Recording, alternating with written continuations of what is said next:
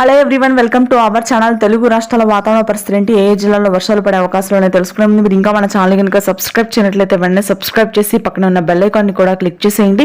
ఇక వివరాల్లో కనుక వెళ్ళినట్లయితే ప్రస్తుతానికి బంగాళాఖాతంలో ఏర్పడినటువంటి ఉపరితల ఆవర్తన ద్రోణి బలపడింది. దీని ప్రభావంతో రానున్నటువంటి 3 రోజుల పాటు తెలుగు రాష్ట్రాల్లో అత్యధిక వర్షపాతం నమోదు కానుంది. ముఖ్యంగా చూసుకున్నట్లయితే రాయలసీమలోని కడప, చిత్తూరు, అనంతపురం వ్యాప్తంగా అత్యధిక వర్షాలు నమోదవుతాయి. తెలంగాణలో కూడా ఈ అల్పపీడన ప్రభావం ఎక్కువగా ఉంటుందని వాతావరణ కేంద్రం వెల్లడించింది.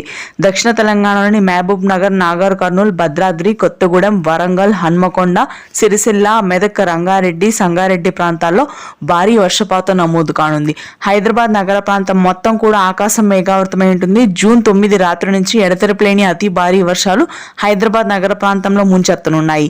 ఇక ఆ తర్వాత ఆదిలాబాద్, నిజామాబాద్, నల్గొండ ప్రాంతాల్లో ఎడతెరిపిలేని భారీ వర్షపాతం నమోదవుతుంది. ఇవాళ రేపు కూడా ఇదే విధంగా వర్షాలు కురవనున్నాయి. ఇక అత్యధికంగా మధ్యాంధ్ర, ఉత్తరాంధ్ర జిల్లాల్లో ఈ అల్పపీడన ద్రోణి ప్రభావం ఉంటుందని వాతావరణ కేంద్రం అంచనా వేసింది. శ్రీకాకుళం, విజయనగరం, విశాఖపట్నం ప్రాంతాల్లో ఈదురుగాలితో కూడినటువంటి వర్షాలు, గుంటూరు, కృష్ణా, కోనసీమ ప్రాంతాల్లో తేలికపాటి నుంచి మోస్తరు వర్షాలు ఉంటాయి. దాదాపుగా జూన్ 15 వరకు ఇదే విధంగా వర్షాలు కురుస్తాయి తెలుగు రాష్ట్రాల్లో. Thank you.